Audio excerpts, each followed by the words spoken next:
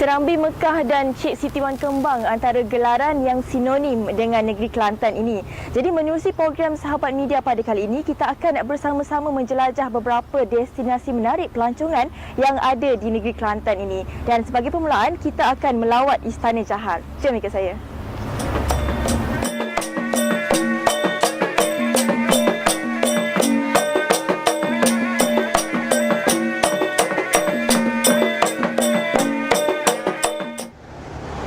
Hotel perdana yang terletak di daerah Kota Baru, Kelantan ini merupakan salah sebuah hotel bertaraf 5 bintang yang menawarkan pelbagai perkhidmatan terbaik buat pengunjung yang datang berkunjung ke sini. Dan selama 3 hari 2 malam, kami di sini menerusi program Sahabat Media untuk menjelajah negeri Kelantan. Kami akan menetap di hotel ini. Jom ikut saya.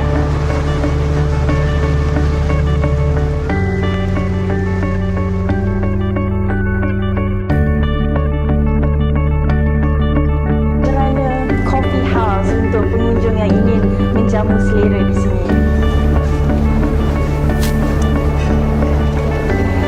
Hotel ini juga menyediakan perkhidmatan kedai fashion yang menjual fashion batik dan juga travel agency.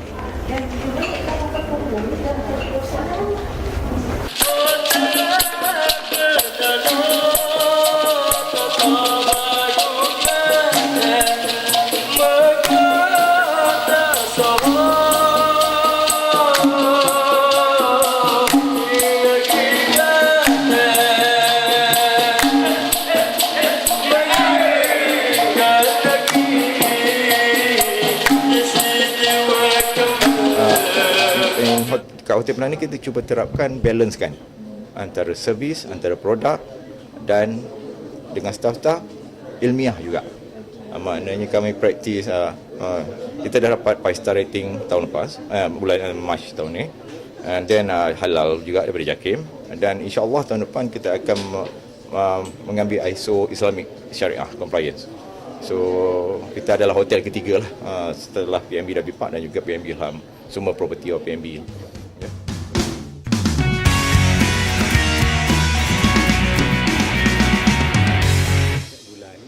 Dan program ini yang pertamanya ialah kita mengadakan networking dengan pihak media, sama ada media yang datang dari ibu kota ataupun media yang ada di negeri tersebut ataupun macam di dekat Kelantan ni lah. Yang kedua ialah bagi mengeratkan lagi perhubungan antara pihak media ibu kota dan pihak media yang di negeri. Dan yang ketiga ialah mempromosi atau memperkenalkan produk kita yang ada di negeri-negeri. Jadi dengan mereka datang di sini, dengan sendiri dapat melihat produk-produk yang ada ini, dan mereka seterusnya dimohon untuk mempromosi melalui publicity media masing-masing, sama ada melalui media cetak ataupun radio, TV ataupun melalui sosial media. So bagi pihak Tourism Malaysia, saya ingin mengucapkan terima kasih yang kita mengalu-alukan usaha yang dijalankan oleh pihak Santai ini. Budaya ramah mesranya dengan mengekalkan kebudayaan dia dengan mempunyai penginapan seperti Perdana Hotel, Renaissance dan Grand View Hotel yang bertaraf 5 bintang dan juga homestay yang baik. Begitu juga agensi-agensi pelancongan yang mempunyai taraf yang standard seperti taraf antarabangsa yang dan mengaturkan pakej-pakej tertentu kepada negeri Kelantan ini. Saya percaya dan yakin boleh menarik pelancong-pelancong ke negeri Kelantan. Sepanjang tahun 2014 ni yang kita sendiri buat 29 aktiviti. Itu tak termasuk lagi dengan pihak TIC, pihak-pihak NGO lah. Dan saya boleh katakan as at November kita ada 38 aktiviti yang kita menyokong dan kita telah membuat di sepanjang tahun lah as at November. Dan untuk tahun depan kita akan memperhebatkan lagi. Kalau mana tahun ni kita nak orang luar tahu apakah fokus di negeri Kelantan, tahun depan kita akan membuka laluan baru, pembangunan produk-produk pelancongan baru. Dari segi kesediaan, pada pendapat saya sebenarnya memang Kelantan memang dah bersedia. Dah bersedia dari segi infrastruktur. Sebab pelancong ni sebenarnya memang dia nak mencari kelainan. Dia tidak mencari apa yang ada di negara dia lah. Dia tak mencari satu lagi KICC di Kelantan ataupun dia tak mencari pulau perhentian di Kelantan. Dia akan mencari apa yang ada di Kelantan. Contohnya macam yang Muhammad Datuk maklum tadi, kita ada aktiviti-aktiviti kebudayaan, permainan tradisional, cara hidup tradisional. Kita ada shopping local produk. Jadi kita tak semestinya memerlukan kita menawarkan barangan-barangan mewah untuk menarik pelancong. Barangan-barangan sedia ada mampu lah kita kata untuk menarik pelancong, tak kira lah sama ada pelancong asing ataupun pelancong domestik daripada kita katakan daripada Sabah, Sarawak dan sebagainya. Dan juga kita tarikan utama yang Puan Aida tadi ada bagi tahu yang kita sangat-sangat kaya dengan makanan. Saya pernah Okey, sekarang ni saya berada di salah sebuah ward yang terkenal di daerah Kelantan ini, iaitu Chom Prantucat Canaram. Dan di sini kita akan mengenali tentang warisan kebangsaan orang hidup. Dan sebentar lagi kita akan bersama dengan salah seorang pegiat pakar rujuk adat budaya yang juga merupakan tokoh warisan kebangsaan orang hidup di negeri Kelantan ini, iaitu Pak Siri Neng Buah, untuk berkongsi tentang sejarah warisan Melayu.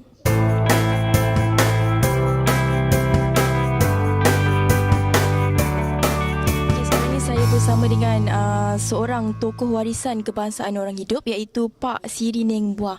Dan Pak Siri nak tanya sikit apa antara kepentingan warisan orang hidup ni dalam konteks kebudayaan masyarakat Melayu. Ya, sebenarnya tokoh orang hidup ini telah diwujudkan melalui Akta Warisan Kebangsaan pada tahun 2005, dia panggil Akta Warisan Kebangsaan 2005. Dalam akta ini telah mengkategorikan warisan di dalam beberapa kategori. Contohnya kategori warisan sahaja yang mungkin kepentingannya adalah di peringkat etnik tertentu, kawasan tertentu ataupun kumpulan-kumpulan masyarakat tertentu saja. Contohnya persembahan menora dianggap sebagai warisan kerana dia merangkumi kawasan yang agak kecil, iaitu negeri Kelantan dan juga Kedah saja, dan di kalangan masyarakat keturunan Siam dan Melayu di sekitarnya sahaja. Jadi dinamakan warisan. Kemudian selepas warisan, ianya adalah warisan kebangsaan. Warisan kebangsaan meliputi kepentingan kebangsaan. Contohnya bangunan parlimen, bangunan Sultan Abdul Samad. Tokoh juga ada yang dianggap kebangsaan, iaitu tokoh warisan kebangsaan, iaitu orang hidup. Maksudnya orang ini digazetkan, diwartakan sebagai tokoh yang boleh dijadikan pakar rujuk, juru tunjuk dan sebagainya dalam bidang masing-masing. Setakat ini, Kerajaan Malaysia telah mengikhtiarkan 16 orang tokoh warisan orang hidup ini, dan kebanyakan mereka adalah mereka yang sudah berumur dan agak uzur, seperti saya sendiri.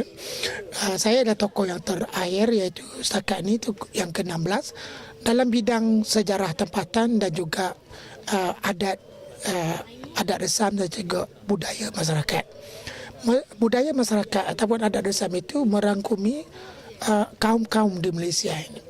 Saya dianggap berkebolehan untuk menjadi pakar rujuk bagi sejarah tempatan dan juga adat resam masyarakat di Malaysia ini, dan sebagai masyarakat yang hidup dalam kawasan kita panggilkan geopolitik dan politi Melayu, tentulah saya mempunyai kefahaman yang lebih mendalam tentang budaya serta juga persejarahan dan juga adat resam orang-orang Melayu sendiri sebagai teras warga negara ataupun teras pribumi di Malaysia ini sendiri.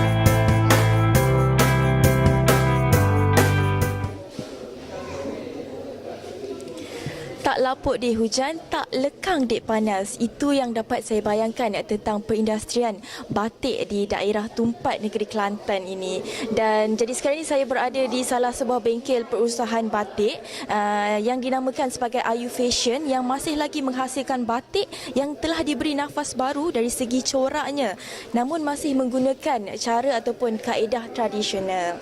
Dan Kak nak tanya sikit Kak, berapa lama tempoh untuk menghasilkan sehelai batik? Kalau corak yang ringkas tu dah cepat sikit. Kalau payah tu dah sehari sehelai lah.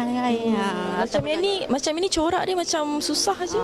Kalau cukup tiga kat situ kawasan tu dia tak penuh bunga kan. Kalau penuh kawasan tu corak banyak dia susah lah sikit, lambat sikit.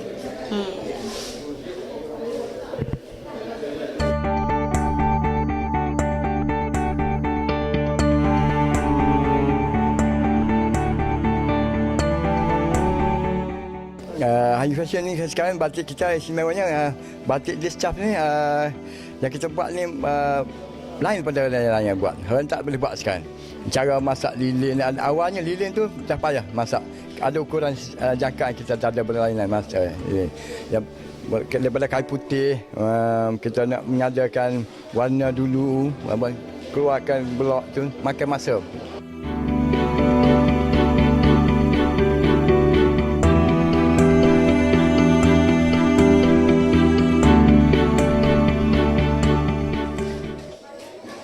Kacau. Proses untuk menyediakan serunding bukanlah semudah yang kita sangka ya. Ia melibatkan banyak proses daripada merebus sehinggalah proses menggoreng sehingga ia kering. Dan tempoh yang diambil lebih kurang 5 jam untuk menyiapkan serunding sehingga ia betul-betul siap untuk dihidangkan. Dan jika anda berkunjung ke negeri Kelantan, antara lokasi wajib anda kunjungi adalah di Kampung Laut untuk mendapatkan serunding yang sedap ini. Kacau lagi.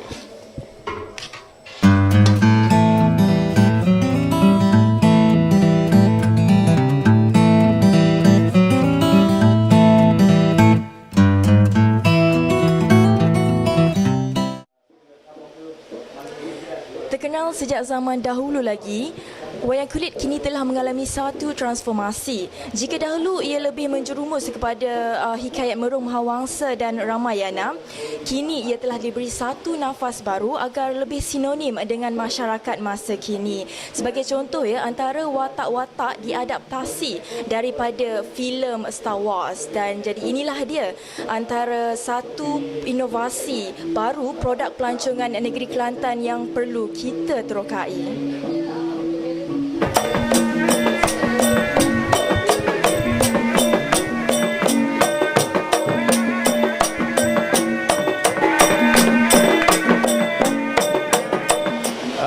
Sebenarnya wayang kulit ni daripada awal hingga ke tahun 2012 dia tidak berubah. Struktur ceritanya hanya 3. Pokok, tapi apabila kita cuba mempersembahkan cerita asing ataupun kita namakan cerita outside story, dan outside story itu terjadi ialah cerita yang kita ambil peperangan bintang yang mana dia punya fan clubnya begitu ramai, maka sambutan daripada generasi muda adalah memang mengagumkan. Jadi saya melihat bukan kerana wayang kulit itu sebenarnya, tapi ialah kerana cerita dan beberapa elemen baru yang kita masukkan tanpa merosak ciri-ciri dominan wayang kulit itu sendiri.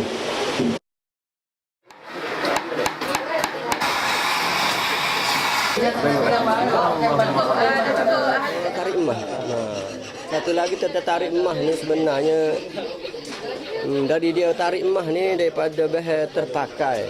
Bila kita bahan terpakai, orang kita nak jual kita akan lebur balik, kita masuk ke bahan-bahan perak apa supaya diasingkan emas 10 dengan bahan-bahan kita kata macam tembaga, perak yang ada dalam emas ni, maka dia keluar habis, maka jadi emas keping, emas tuling. Tapi kat rumah macam buat. Macam ada macam store apa, ada tempat membuat teh lah. Abuk emas memang pakcik cuci sendiri jadikan emas 10 balik, baru kita masuk ke bahan lain jadikan emas 9 tuling.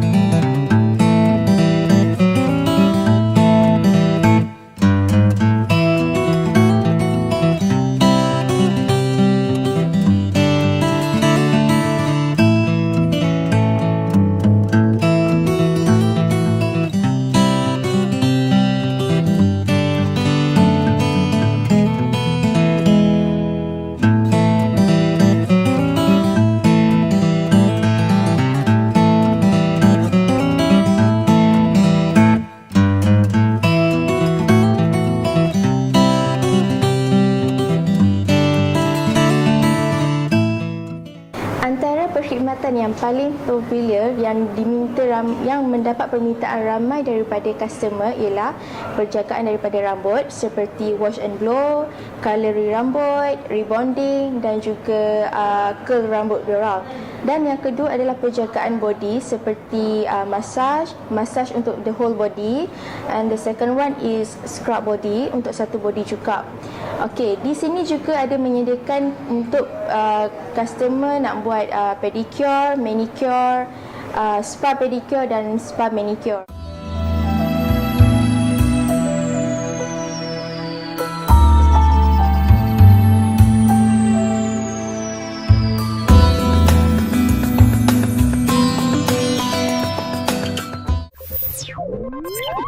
Oh.